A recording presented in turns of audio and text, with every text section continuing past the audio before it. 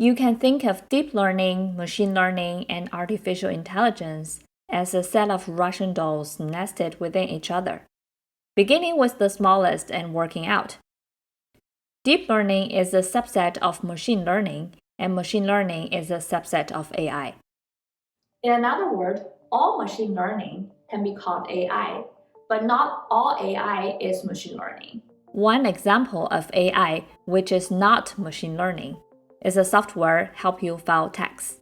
You feed them information, they run the information through a set of static rules, in this case the tax code, and gives you the amount of taxes you owe as a result. This algorithm can be as simple as a pile of if-then statements, or can be very complex as a statistic model to mapping the raw data. The key here is they're static.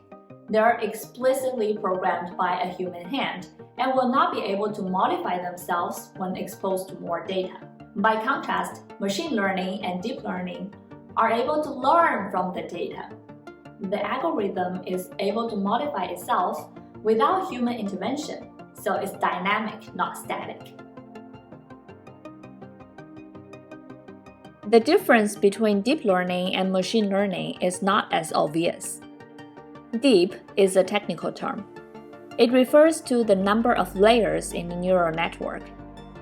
It requires more computational power to solve much more complex problems or make more difficult predictions. The idea that the machine can learn sounds really cool. But how did it learn? Well, it's trying to mimic how humans learn. One of the ways is to trying to achieve less error.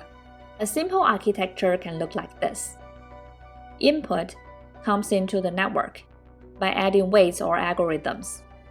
It results in a guess of what that input is. By comparing the guesses with the truth, an error is generated to measure the difference. And then it will go back to modify the weights. It will keep on measuring the error and modifying the parameters until it can't achieve any less error. We talked about the text-to-image software in the last video. The generated image actually is a collage of different images.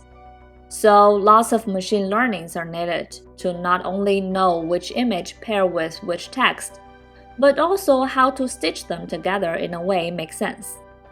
Although right now they're not perfect yet, but one thing we learned today is that machine learning is dynamic. It will only get better and better, since right now there are so many users are helping the machine to learn by selecting some images over others.